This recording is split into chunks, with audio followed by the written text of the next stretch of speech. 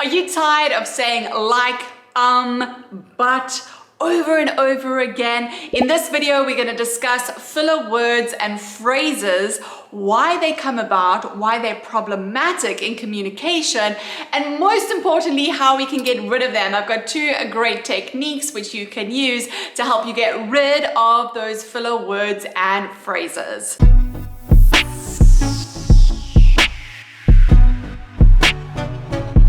Firstly, well done for even clicking on this video, deciding that you want to improve your own communication. So why are filler words and phrases such a problem, and why do they even come about? Well, filler words and phrases we bring into our language when we are sort of stuck into what we want to say next. So while we're thinking about what we're going to say, we use these filler words. The problem is we tend to use one or two words with a huge amount of repetition, and this becomes really irritating for the person you're trying to communicate with or your audience if you're speaking from the stage. Now, let me know if you can relate. When I was a teenager, I used to overuse the word like. Maybe you relate, maybe you have a teenager in your life that does that as well. And my mom used to sit there counting how many likes I would say. And it just proves the point. She was distracted by the filler words and wasn't actually listening to what I was trying to communicate. And this is what happens when you're using your filler words or phrases. Assuming you know what your filler word and phrase is, that's a great place to start. If you don't, ask your family and friends what they think your filler word is or phrase, or film yourself. Just start speaking on camera and you'll find out what those filler words are very, very quickly.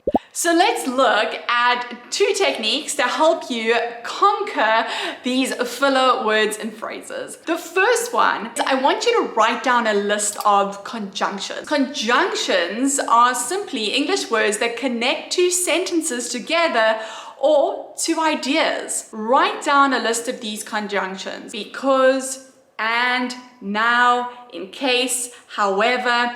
There are so many that you can bring in to your vocabulary.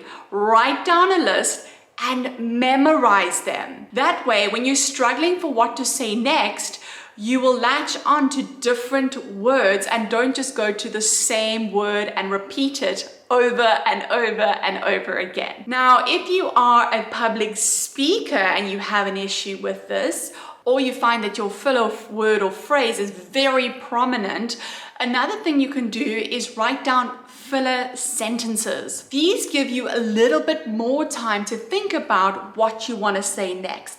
Example of filler sentences are things like, I digress, let's get back to the point. Just in case, let's take a look at ABC. So you can also write down a list of filler sentences. The key here is to use these with variety. Variety is the spice of life, they say. The second technique that you can do, and this is really just to help you to practice, because practice makes perfect. And if you don't practice in your personal life, you're never going to get it right in the public arena. What I want you to do is tell your friends and family that you're going to be working on your filler words and phrases.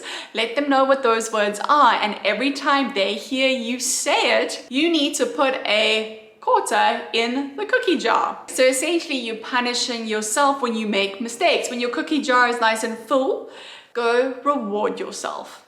So why are you going to reward yourself for essentially doing something wrong? Because you've decided to improve upon your communication skills, and that always deserves a little bit of a pat on the back. Let me know in the comments below what you have rewarded yourself with or are going to reward yourself with when your cookie jar gets full. And it will take time, but the main thing here is that by having your friends and family point it out, that you become more and more conscious of it, because often we're using these filler phrases and words in an unconscious way. So by pairing up memorizing new conjunctions and new filler sentences with being made aware of when you're repeating the same word over and over again by your family and friends, with time you will conquer this in your personal life. And when you become much better at this in your personal life, it will translate to your professional life when you're presenting